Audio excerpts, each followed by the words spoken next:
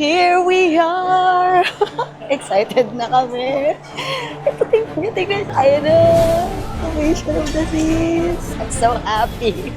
Royal Caribbean Cruise, Day 1. It's already 12:49 PM na. Ito, para hindi ko makalimutan, ikukwento ko na sa inyo lahat kung ano yung nangyari. Pagpasok namin dito sa cruise ship, dumiretso agad kami sa D3 or Deck 3 para sa briefing. Dito, itinuro kung paano gamitin yung life vest. And then, kapag nagkaroon daw ng emergency dito sa cruise, pupunta lang kami dun sa D3 and sila na yung bahala. So, huwag kang pumunta anywhere else. Kung meron kang mga kasama na nawawala, pumunta ka lang sa D3 at sila na yung bahala na maghanap sa iyong mga companion. So, kumbaga yun yung emergency base namin. After dito, dumiretso na kami sa room namin and nandito na agad yung luggage namin pagdating namin. So yung dalawang small luggage. Pero yung dalawang malaking luggage, mga 4 PM pa siya dumating. Kasi nga, chinek-in namin to before boarding. And sobrang ganda nitong room namin. So watch out for my room tour. Then lumabas kami para kumain na ng lunch sa Windjammers, Deck 14. Sobrang laki nito and ang daming tao at ang dami rin naman talagang pagkain. Problema ko nga kung ano yung kakainin sa sobrang dami nila. After lunch, dumiretso kami sa D3 or Deck 3 para i-activate yung aming internet. Importante to, no? Internet is life.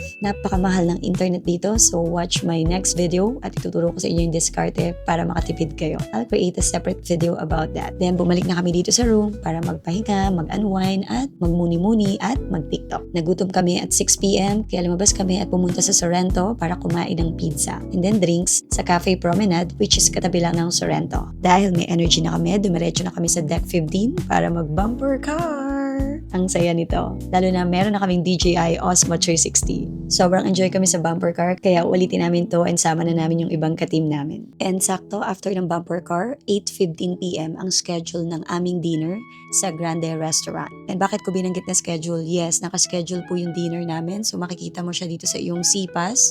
Nakalagay dyan na 8:15 PM po yung dinner namin. And anong table, pati yung table na yun is very strict sila. Kasi nga sa dami ng guests dito, they really want na maka-experience ka pa rin ng maginhawa, diba? Comfortable. By the way, nasa 4,400 kami na mga guests dito and 1,500 yung mga cruise. Grabe, no? Parang isang city na din yung kasya pala dito sa cruise na to. And fine dining tong restaurant na to. So, I ordered for starter yung crab cake and then ribs naman for my main course and cheesecake for dessert. Medyo nagmamadali na kami dito kasi 9:30 PM nakaschedule naman kami sa Welcome Aboard show, which is a Royal Theater, Funny Bones Showtime. And totoo, super fun talaga siya. Nag-enjoy kami dito. Talagang tawa ako ng tawa halos buong 45 minutes. Itong Welcome Aboard Showtime, which is Funny Bones, is located at Deck 4, Royal Theater. After this, nag-pre-break lang kami at dumiretso kami sa Deck 5, 270 para sa Spectra's Cabaret. Actually, hindi ako nakapag-reserve dito kasi dito sa app, pwede ka nang mamili ng mga entertainment, activities, excursions, and then fully booked na siya.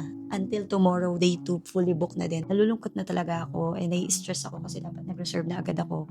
Sabi ko lang kay Han, tara, subukan natin, pumunta tayo, baka naman makapasok tayo. So pagdating doon, dire-diretso lang, wala naman nagbabantay. Same thing dito sa Funny Bones, wala naman nagbabantay. Pasok ka lang, pwedeng nakatayo or kung may upuan pa, umupo ka. But luckily, nakaupo pa kami. And at least, na-experience na namin tong Spectra's Cabaret. Very entertaining siya and lively. Ang gagaling ng mga performer dito. Itong cabaret is 40 minutes itong show na to. After this, nagutom na si Han, so nagaya siya na mag-pizza ulit, which is ako hindi na ako kumain, so sa Sorrento pizza again. And 12 midnight, nakabalik na kami dito sa aming stateroom at natutulog na si Han, kaya medyo pabulong na po yung aking video. So follow me for my next video for the day 2 room tour and anything na pwede ko i-video na makakatulong sa inyo about this Royal Caribbean Ovation of the Seas cruise. And that's all. So don't forget to like, comment, and share this video sa inyong mga friends na gusto mo nang yayaing mag-cruise din. Hello, my name is Bisha Bashal, your Finance Glow bestie. Good night!